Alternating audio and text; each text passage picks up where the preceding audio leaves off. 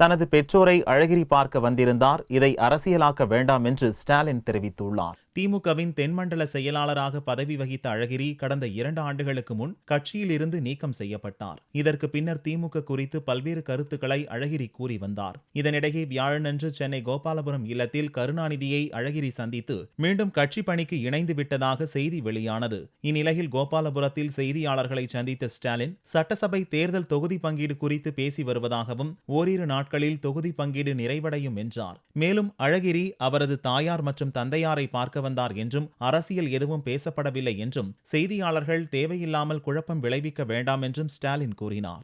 அவர் தன்னுடைய தாயாரையும் தன்னுடைய தந்தையாரையும் பார்ப்பதை வந்ததை நான் செய்தி கேள்விப்பட்டேன். தவிர எந்த விதமான கட்சி பிரச்சனையோ அரசியல் பிரச்சனையோ அதில் இல்லை. தேவையில்லாமல் நீங்கள் அதை குழப்ப வேண்டாம் என்பது என்னுடைய பணிவான வேண்டுகோள்.